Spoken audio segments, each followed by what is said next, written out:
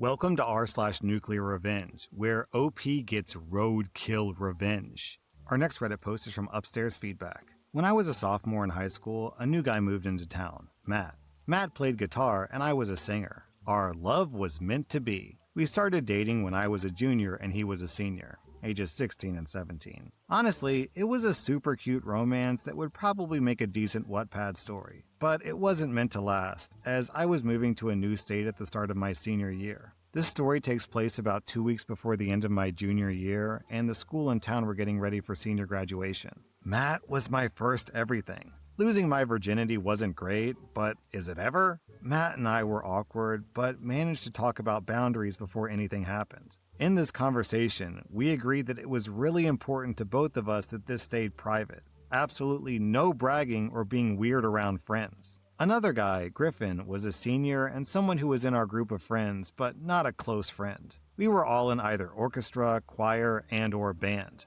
Everyone in those programs ran in the same social circle. Griffin was a Christian, and it was a big part of his identity while we were at school. He had this, charisma or something. He used to invite classmates to his church while gently shaming all of us for not being exactly like him. Even though he was a bummer, his charisma, or whatever, kept him active in the social scene, and he was at all the major hangouts that I can remember during that time. I was friendly with Griffin because, to put it simply, I lacked confidence. I grew up in a church where I was taught that men were more important than me, to never question a man. And my own mother shamed me for wearing my volleyball uniform at home because it was inappropriate and could confuse my brother. Effed up doesn't begin to cover that church or the amount that I had to unlearn. By the time I was 17, I was fully done with church, but still struggled with all that I'd been taught. It was a confusing time. Griffin knew this, and his self-assigned senior project was getting me back to church. I'm 99% sure that it was only about getting Matt involved because Griffin also wanted Matt to be a Christian, but had so far been massively unsuccessful. Matt was not a Christian and had zero desire to know more. He saw firsthand how the church treated me and my family after some stuff happened that was out of our control.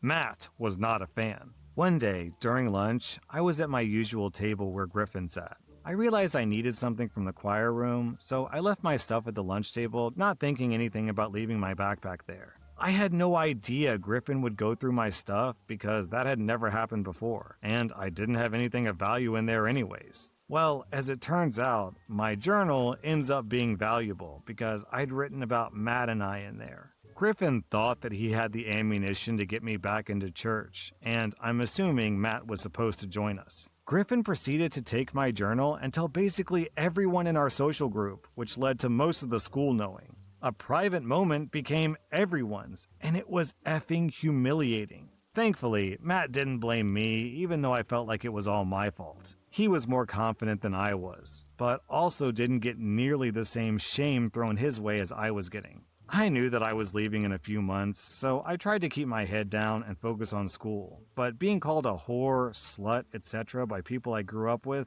it grates on you after a while. I guess Griffin's plan was to shame me back to church, but instead, all I wanted before leaving town was to ruin Griffin. It took some time, but I got there. Me, Matt, and Henry, another friend, were hanging out at my house after school. My house backed up to a street that often had roadkill due to being right alongside a huge swath of woods. At this point, I knew that my revenge was going to include Griffin's brand new truck. This truck was literally all Griffin could talk about because it was custom, his parents got it for him as an early graduation present, it was super expensive, it was perfect. Bottom line is he loved that truck more than anything he'd ever had. I'm not a car person, so I have no idea what the truck was or if it was good, but I do know that it was really, really tall. Like, you couldn't see the top of it, which ended up being bad for Griffin, but fantastic for revenge. There was a big, super dead possum on the road behind my house that had been there for what seemed like a week,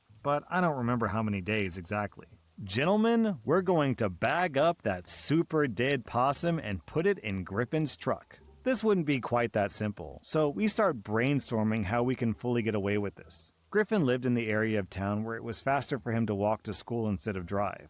Griffin, of course, drove to school. We had a plan. I snuck out that night, met Matt and Henry wearing all black and a mask, bagged up the super dead possum, which was the most disgusting thing I've ever done, and drove to Griffin's. We parked a bit away and went through the woods to the back of Griffin's house, lugging this bag of putrid nonsense. This was before the time where a lot of people had cameras on their property, so we didn't have to worry about anything besides floodlights on the side of the house. We had decided to put the super dead possum on top of the truck, knowing that Griffin wouldn't be able to see it, and couldn't drive like a butthole, and he wouldn't be taking his truck anywhere besides school. So, that super dead possum was bloated, and if any of you are at all familiar with bloated roadkill, you may know where this is going. The super dead possum was heavy and not going anywhere until this revenge was done. The next day at school, Griffin parks in the student parking lot like normal. We go to class like normal. I get called a few names throughout the day, and everyone is normal. I went through that day gleefully awaiting the final bell, knowing Griffin was in for a nasty surprise. This was happening 2 weeks before graduation in a very southern state. It was hot as hell where I grew up, with 90% humidity on top of it. So, that super dead possum did what any old, bloated, super dead possum is going to do, which is explode. If you've never experienced this smell, I hope you never do.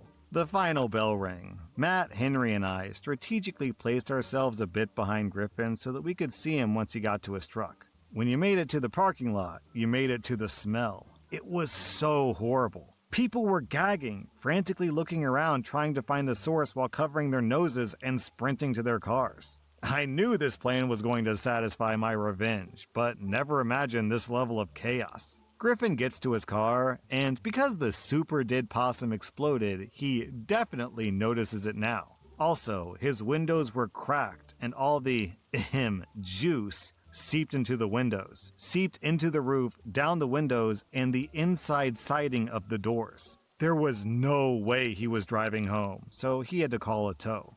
Griffin started vomiting because he had stood so close to his truck for so long. Matt, Henry, and I were in the music program and often stayed late, so we stuck around for the whole fiasco. No one noticing us, and we get to see everything. Griffin manages to get on the phone calling his parents, crying that his truck has been destroyed, and we could hear his dad yelling from the speaker. Eventually the tow arrives, the guy gags, but gets the truck loaded up and out of the parking lots. At this point, Griffin's been yelling, crying, and vomiting about his truck long enough that the people left at school knew what had happened, and by the following morning, everyone knew. When Griffin came into school the next day, his parents and a guy in a suit were with him. A lot of people knew that Matt and I had issues with Griffin. Matt was called to the principal's office, but never me.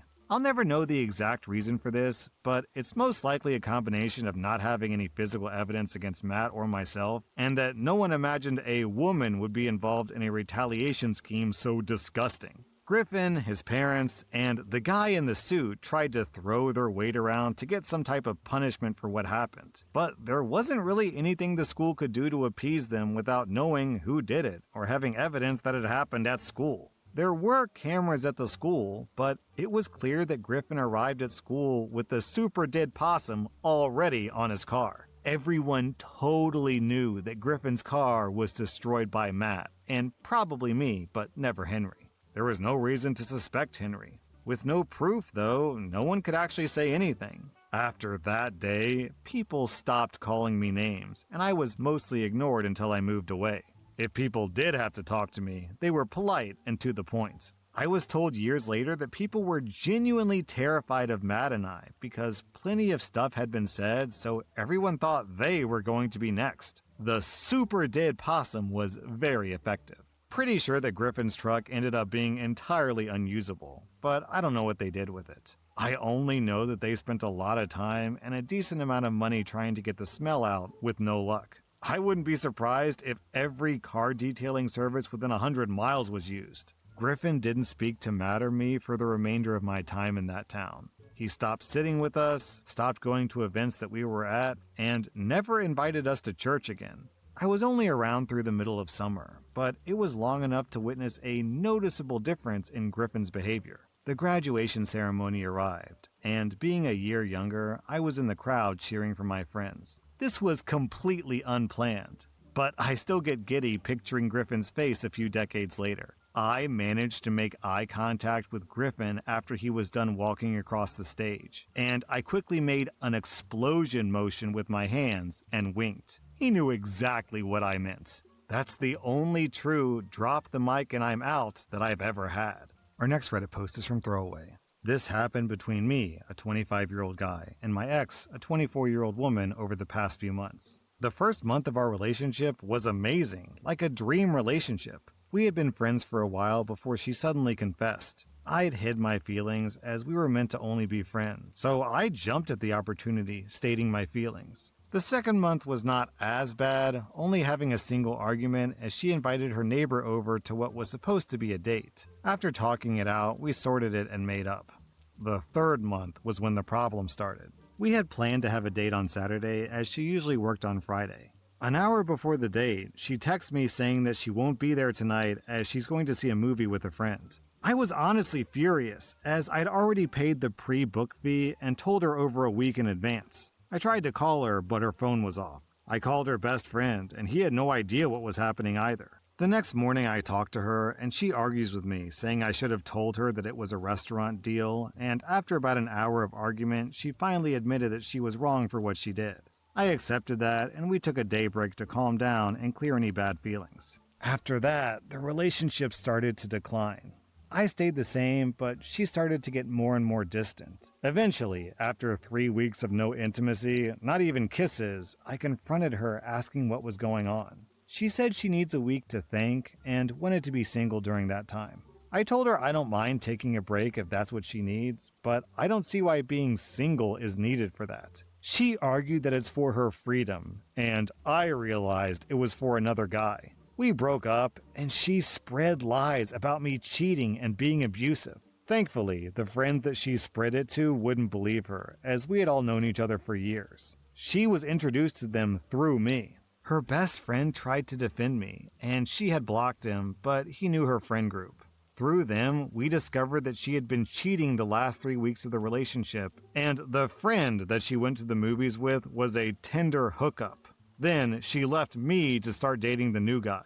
To nobody's surprise, he blocked her after she tried to start dating him. Soon, she dropped out of university as the guy had uploaded videos of her cheating to adult sites, and it spread throughout her university. Then I decided I wanted revenge. It wasn't much, as I knew her parents and were really close with them. They knew nothing that was going on and assumed that we had just broken up. Her parents, though, are super religious, along with her grandmother. So, although it was painful, I found the links to the videos, downloaded them, and took screenshots of all the breakup information. Then, I contacted her family saying I had something I wanted to share, created a group chat with her parents, grandmother, and ex-best friend. Then, I unloaded all the screenshots and videos, along with a text message explaining everything that had happened. There was no contact for about a week. Then, her ex-best friend filled me in on the situation. She had lost her scholarship due to dropping out of university.